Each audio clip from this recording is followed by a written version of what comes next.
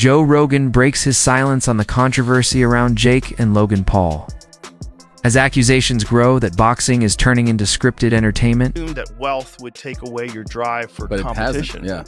He's also nuts, right? Just the fact that he's willing to fight the two-time heavyweight champion, former Olympic gold medalist, a guy who's gigantic in his prime, built like a Greek god. Yeah. And you're gonna stand, and he's a one-punch killer.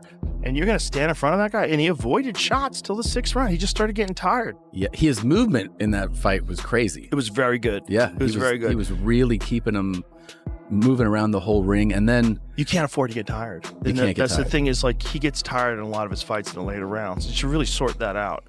Because if he had a much bigger gas tank, like if he was training with like some of these elite world-class strength and conditioning coaches and just worked on his cardio, he'd be beating way more guys. You think so? Yeah, 100%. But it's like, what he's doing is learning how to box, and he's boxing and he's training hard for sure. But to get that world-class gas tank, you need like a Sam Calavita, you need like a Nick Curson, you need like these plyometrics experts that who got heart rate monitors on you, and they're checking when your recovery is ready and go. Yeah. And you're fucking yeah. You need guys monitoring your recovery, monitoring your heart rate variability, your VO2 max. I couldn't believe it. I don't know. Maybe he is. Maybe I'm wrong. Maybe he is doing that. Mm-hmm. But whatever it is, it's not enough. His teeth look a bit removed as well. Yeah, his teeth have come out of place. But credit to him, he done well. But I told him what was going to happen. But it just took 6 rounds to do that. People will criticise you for going 6 rounds with Jake Paul. How do you feel about that? I deserve it.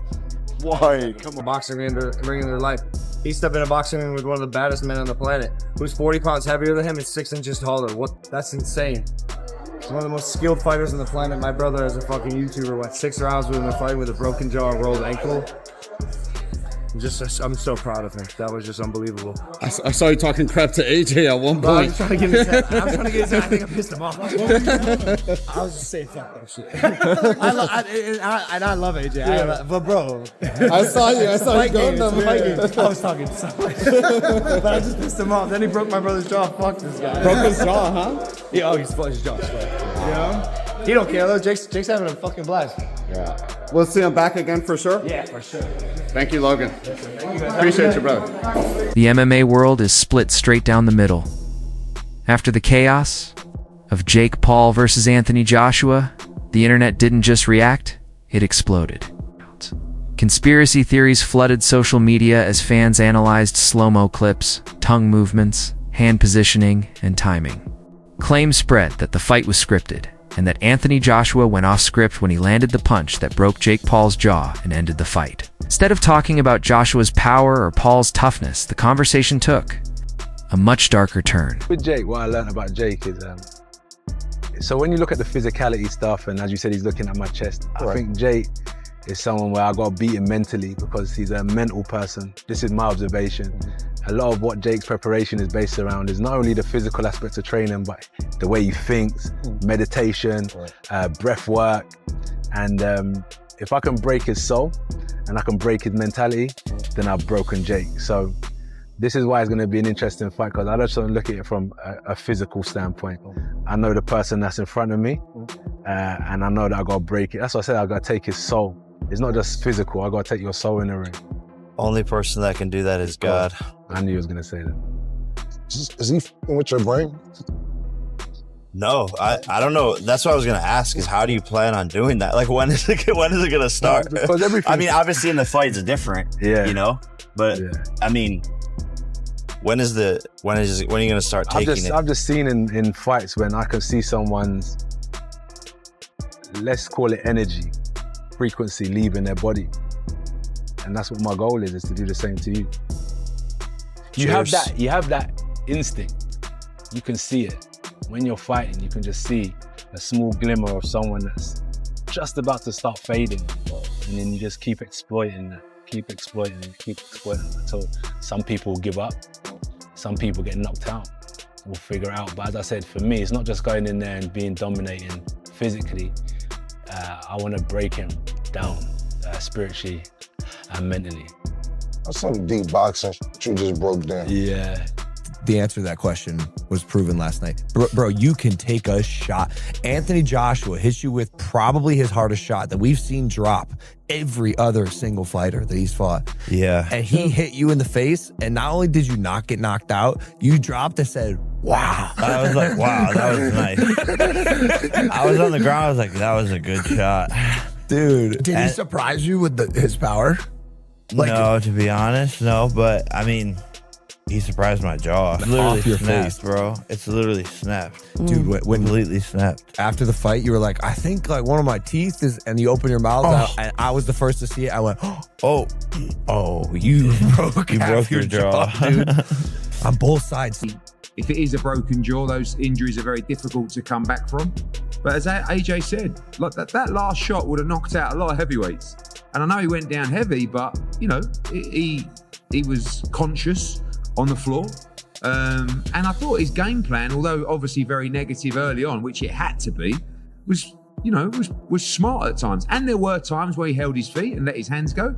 You know, it was a very one-sided fight. It was always going to be a one-sided fight. But you can't give him anything but credit and respect. There's a lot of negative people out there. There's a lot of people who want to criticize people. They're not doing what Jake Paul's done. He just went in with Anthony Joshua and gave it his best shot. Took a lot of punishment and ended the fight eventually on his feet after the stoppage. So, you know, I think he'll have to see physically how that jaw, I don't know the severity of it. It's a very difficult injury to come back from. But he showed he's got ability, and that's what we said. You know, he's dedicated to the game. The conversation has become louder and far more controversial.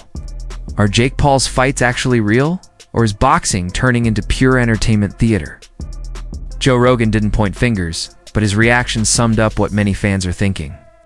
A sport built on real danger is now being questioned in a big way, and that's shocking when real injuries are involved.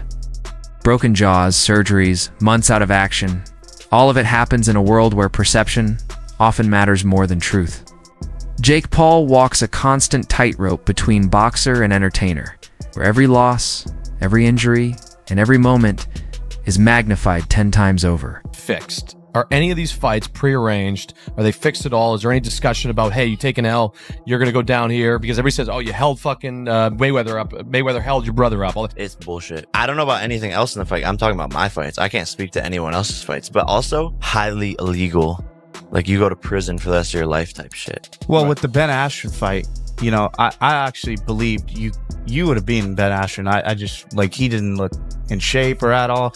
But I feel like, in my opinion, it was kind of fixed on how early you knocked him out. Like Silva's gonna lose. You think Woodley's gonna take a fall? You guys, you know these guys. Yeah, no, I didn't think Anderson would take a fall, but I ain't gonna lie, I hate that you knocking out MMA fighters. And I understand that, but just say that. You don't gotta say like, oh, bro, he's on steroids and shit. Come on, it's a federal crime. It's illegal. Like, hey, he made a good point. He said it is illegal to fix fights. It is, because people be betting on that shit. And bro, people think I'm like a multi-billionaire. They think I'm a billionaire and like, oh, he paid somebody $40-50 million to take a fall like that, bro. I don't have that type of money laying around to throw at people. Hey, I'm sorry to have to ask you this, but I know you probably signed an NDA, but blink twice if that Jake Paul fight was set up. Blink twice. I know you probably I don't never blink because I got these liberty eyes.